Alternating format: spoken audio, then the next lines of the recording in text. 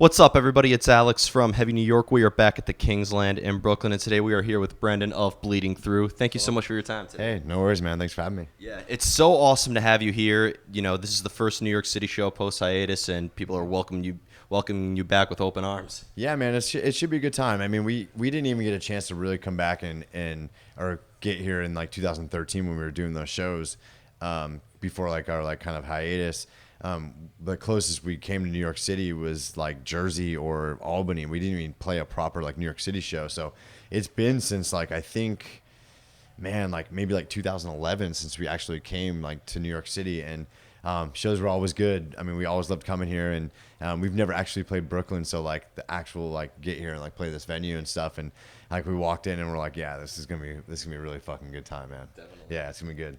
Being that your newest record, Love Will Kill All, is the first record post hiatus, do you consider this just like conceptually, is this record a direct follow up to The Great Fire, or do you think this is a brand new start for Bleeding Through? You know, I like to think it's a continuation, but not necessarily off like The Great Fire. I think both those records that kind of came on Rise, like it's weird. Like even though I don't feel like there were certain eras, but those two records kind of like signified kind of like a different type of vibe for Bleeding Through. Like we really were kind of just struggling with a lot of like stuff within the music industry, like until we got on Rise. And then when we got on Rise, it was like we could relax a little bit. And both those records were kind of a little bit more relaxed and a little bit more just like fun. You know what I mean? And we kind of saw Level Kill All as like a continuation. But we kind of was like, it was almost like separate. Like it was a continuation from like the Rise Records eras and a continuation from like the Trusco eras, if that makes sense. Like it wasn't necessarily like just a straight up continuation or like continuation from a certain era.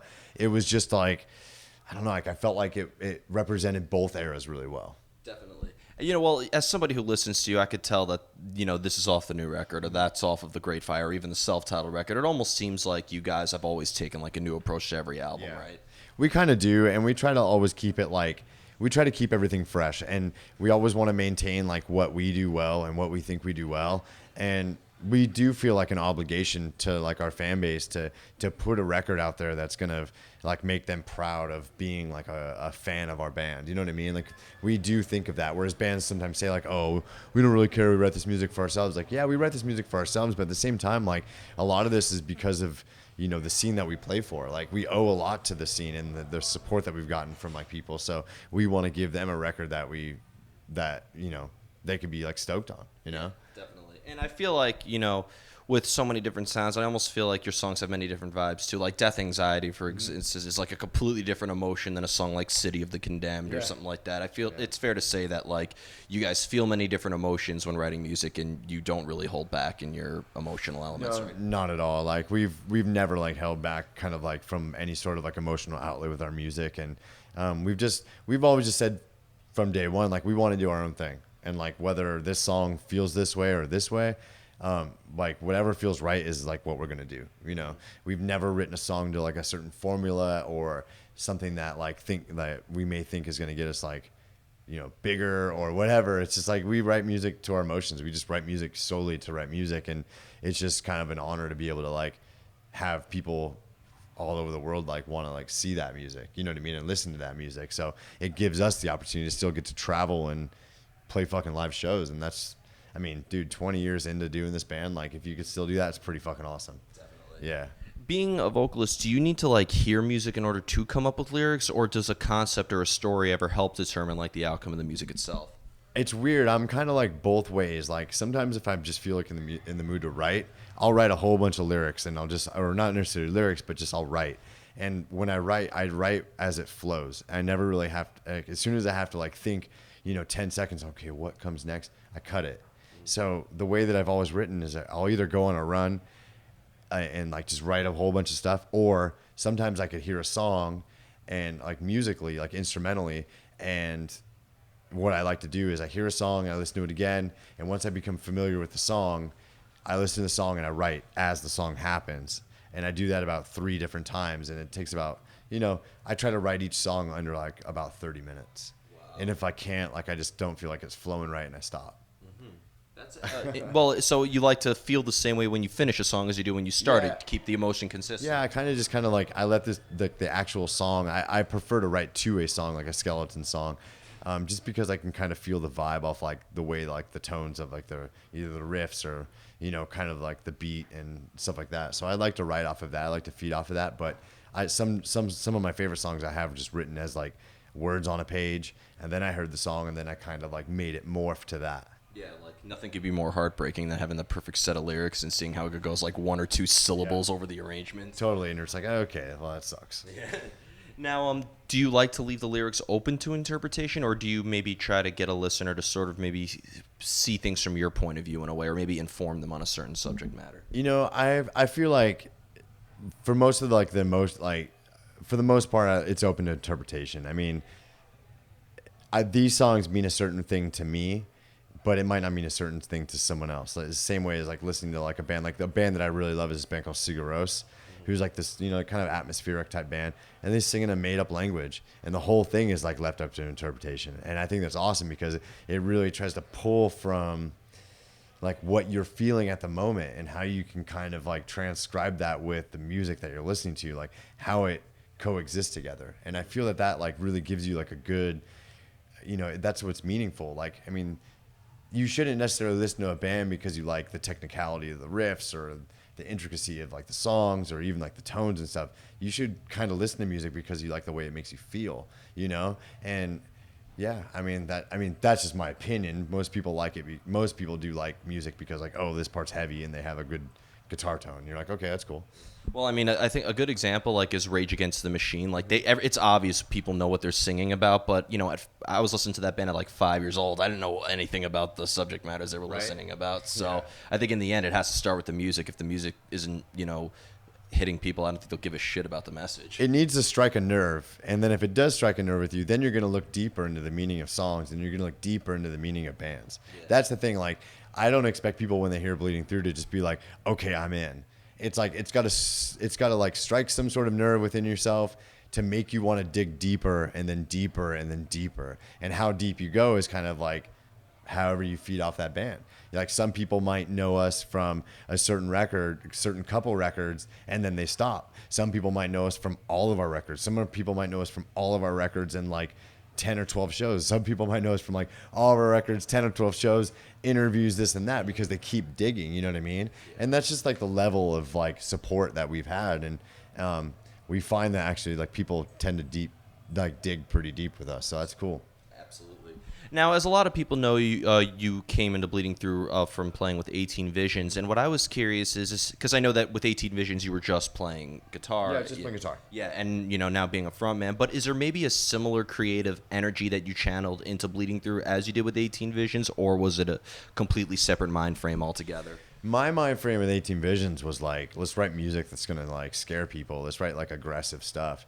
And then when I kind of saw that the direction of 18 Visions was going away from like the aggression and more towards like a groovier rock like sound, like for me, and at the same time Bleeding Through was starting, music was such like an emotional outlet for me, and it was such like I need to get this out on stage, and I found that Bleeding Through is like giving me a little bit more of that, and that's why I decided to kind of like part ways with one, do the other like solely like more, but for me, music's always come from the same emotion. It's just people and Bleeding Through shared that same like emotional drive, and 18 Visions did it. Yeah. That was it. Yeah. Well, it's funny because I thought, there's been a lot of like, Dave Grohl, I think, said that there's not much of a difference between him going from a drummer to a singer/guitar player, or Sal from Life of Agony going into Pale Horse Same Death. And honestly, like there's no difference between guitar and vocals for me. Yeah. Like, I'm up there spilling my guts out on the stage, and when I do a record, and I'm putting everything I have onto that record, you know what I mean? And it's coming from the same emotional outlet. It's coming from the same focus. So I don't think there's anything really different, no. Interesting. And I have a couple more questions for you. You've been working a lot in the bodybuilding field as well, and the whole.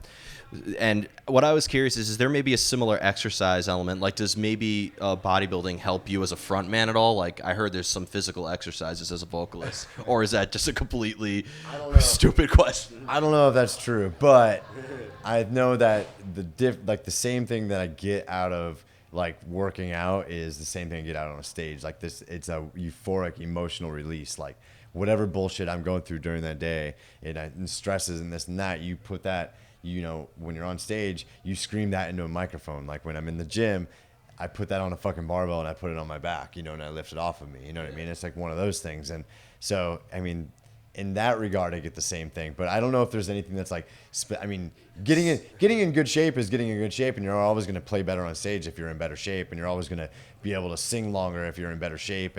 But at the same time, like, I really don't think there's any like scientific anything that correlates like fitness and like music together. That is true. I'm not going to mention names, but we've seen some pretty out of shape people on stage too. Some of the fucking gnarliest stage performers I've ever seen are completely fucking just like out of gas human beings. So yeah. Another question I have is because I feel like I've always said that you got Bleeding Through is in one of the big four of the Orange County metal bands. I would say if it's Avenged Sevenfold, you guys, As I Lay Dying if they're from that area, and Atreyu. Like, and you know what? I would put that same list together. Yeah. I put the same list together. I mean, us, Avenged, Atreyu are all Orange County bands, and us and Avenged really kind of came up around the same time and did like a lot of early touring together. And then As I Lay Dying is from San Diego, a little bit south, but still same area, Southern California. But man, like Southern California is responsible. There was a lot more there, and even the bands that were like a tier down from us or a tier down from that, and like smaller local bands. Like I was just talking like backstage with like some of the dudes in Sentinels about how Orange County in Southern California back then, like you could be a band from anywhere and 300 people will go to your show. And it was because there were so many local bands getting people into the music, and you know bands like Carried On, like that different like Thrice and Death by Stereo and Ignite and 18 Visions, and you have bands like Throwdown, and you have bands like Stick to Your Guns and stuff like that are from the roots are from Orange County, and it's in Southern California. It's insane. Like it's insane. So it had to have been easier to kind of start a band in that area at that time, right? If you wanted to get into music. In that era, it was easier because I mean, there was always challenges, and the challenges are relative to the times. But I find that back then it was like the goal was play well live, get in front of a good enough crowd, and fucking put everything on that stage. And if people like you, you're good. You know what I mean? But that's how you got people's attention. Now it's a little bit different. Now it's like, hear my recording. Every recording sounds like the biggest band on the planet. And then now it's like, now come see my band and see if we can do it live. Yeah. Before it was like we didn't have like the recording capabilities at our fingertips like people do now. I mean, we fucking recorded shit on tape back in the day. You know what I mean? They don't even do that anymore. So it's like, you know, so I mean, really it's just a different world now. Yeah.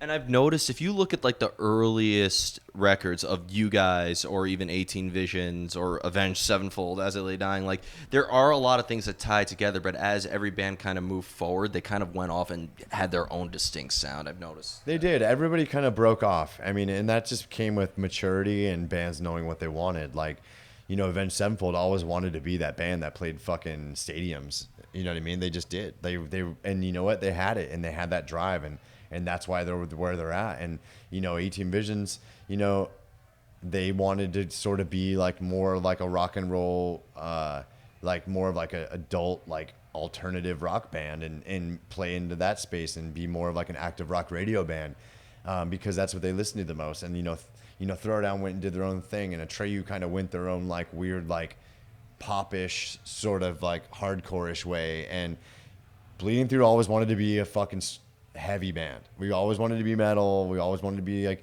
have that hardcore influence, and that's what we stuck with. And I don't think that any of those bands like sold out to get to a certain level. I think just as they got older, they all knew what they wanted to do, and that's what they all did. Yep, exactly. I think, you know, everybody starts off the same way, but everybody becomes different just by naturally evolving. Absolutely. I agree. And the final question I wanted to ask you is my favorite question to ask every artist I interview because it's always the hardest one for them to answer. Okay. How do you know when a song is done? How do you know when a song is done? Yeah, when you're making it. For me, it's a feel thing. Like, sometimes we've written songs where I'm like, you know, there needs to be something else, and then we'll add a little bit of a tail. But I know when a song's done just when I'm just like, it's done. You just know, like, typically Derek, our drummer, like will be like, this song's done.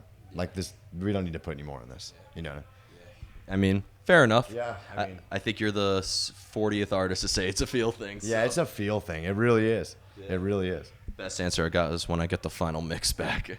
Yeah, right. Yeah. So before we go, I'd like to thank you so much for your time today. It's going to be a killer show down there. Bring water on stage because it's going to get toasty in there. It'll be nice and hot. I'm looking forward to it. Is there just anything else with Bleeding Through that you would like to promote in terms of new music or tours? This will be uploaded by midnight. Really, we're gonna go home and start writing some new stuff. And I mean, we're not gonna be one of those bands gonna tour our asses off like much, but we'll try to do the best we can to get to where you're at. You know what I mean? So yeah, be on the lookout for some new stuff. Awesome.